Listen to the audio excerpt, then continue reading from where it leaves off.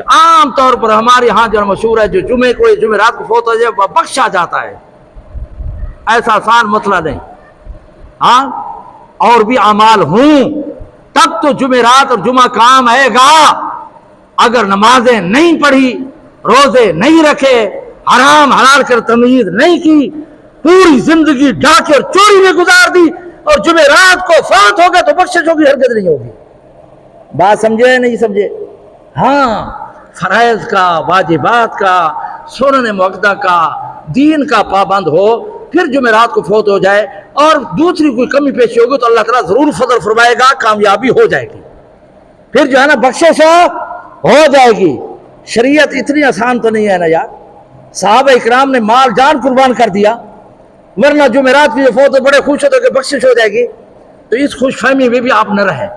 ہاں کچھ عمل کر کے جائیں، اندر ہوگا ایمان اور اعمال تو کامیابی ہوگی ورنہ نہیں ہوگی. حضور اکرم صلی اللہ علیہ وسلم نے عبداللہ بن ابی کو کرتا دیا کفن کے لیے. کیا دیا؟ کائنات حضور کے ایک کرتے کا مقابلہ نہیں کر سکتی. اس کرتے کا جو حضور نے پہنا ہے عرش معلیٰ بھی مقابلہ نہیں کر سکتا.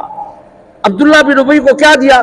کرتا دیا، لعاب مبارک لگایا، اپنا لعاب مبارک لگایا، لیکن اللہ نے بخشا. اللہ نے کیا فرمایا؟ آئے پیغمبر تو نے ایک مرتبہ جنازہ پڑھا، اگر 70 مرتبہ بھی پڑھے تو میں رب نہیں معاف کروں گا. ہاں کون کون سی بات بتاؤں یار. انسان بھوکا ہو، پیاسا ہو اور بوتلیں، ٹھنڈا پانی، مرغیاں، پلاؤ، روسٹ پیٹ پر باندھ لیں تو بھوک دور ہوگی؟ جب تک ایمان اعمال نہیں ہوں گے بخشش سے آسان نہیں ہے یار. تو اس خوش فہمی بھی نہ رہے، کام کرتا رہے، نیکی کرتے رہے، فرائض واجبات کی پابندی کریں، نمازوں کی پابندی کریں. اللہ تعالی ہمیں بقیہ زندگی دین سیکھنے اور اس پر پورا عمل کرنے کی توفیق عطا فرمائے.